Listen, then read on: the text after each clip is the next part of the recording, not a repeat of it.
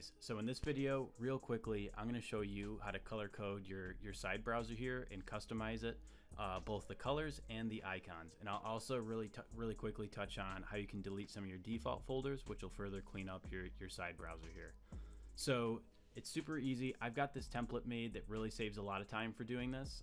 I went ahead and customized some of these codes myself to make it really quick for you. So a link to this will be in the description. Go ahead and download that and then follow along with this video and you should be good to go.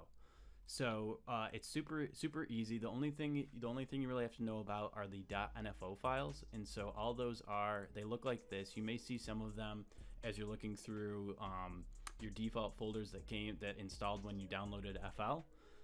They look like this. You can copy and paste them, and there's basically two rules with these guys. So you want to have them in the same folder as the folder that you're going to be color coding. So for like my go-to folder, this is within my drum kits.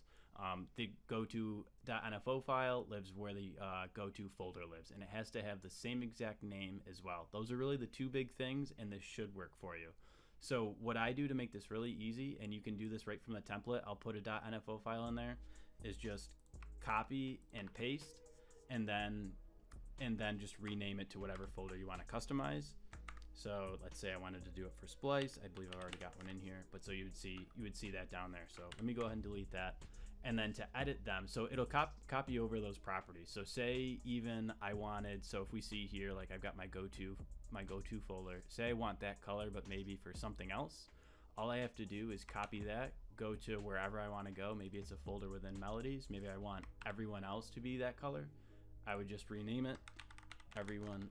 Oops, and it has to follow the same exact formatting. So everyone else, and then if we refresh, look, boom, there we go. And you also notice that it copies over the icon. And so let me dive into how we customize that. So if we click on any .nfo file, you can edit it with a notepad. So just right click on it, open with notepad, and here you are. So from here, this is where you can customize the color. If it's default, this may have like a pound sign or something in front of it. Just make sure you put the $sign there, and then you can paste in your code. There's one other rule with the .nfos that you'll want to follow. So with the codes that I've pasted, you won't have to rearrange these, but by default, if you want to make your own codes, here's how you would do it. So you right click and you'd pull up a color picker and pick any one of these colors. So let's just say this purple here.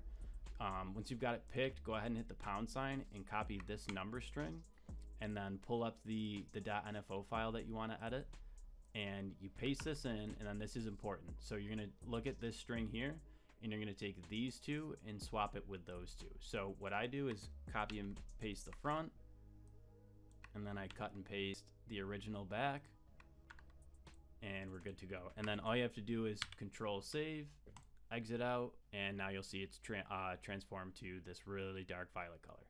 So that's really all you have to do, and then it's the same rules apply for the if we open back up that .nfo file, same rules apply for the icon. So there is an index within FL. I can't find a reliable source online that exhaustively covers all of the icons.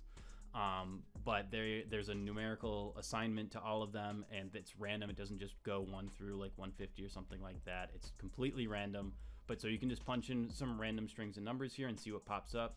And what's nice is if you just hit save, I'll pull this on my other screen. If you just hit save and then refresh, it'll keep updating there, so you don't have to do too much legwork to cycle through them. So super quickly, that is how you can customize the color and the icon of any of your folders in FL, even the default ones. So if I pull open some of my default FL folders, for me it lives within my documents folder, documents, image line, and then I've got all of these right here. And if you go to FL Studio, here we are. And then you can see, like if I go to presets, like for channel presets, I customize that one. So this is where you can delete any of these folders as well. If there's any folders you see in your default FL, just click around here, see if the names line up with what you're seeing here. You can also just do a search and feel free to delete them. I've deleted a bunch, and then the good thing is that if you ever want them back, all you have to do is just reinstall FL, migrate over your settings, and they should be there.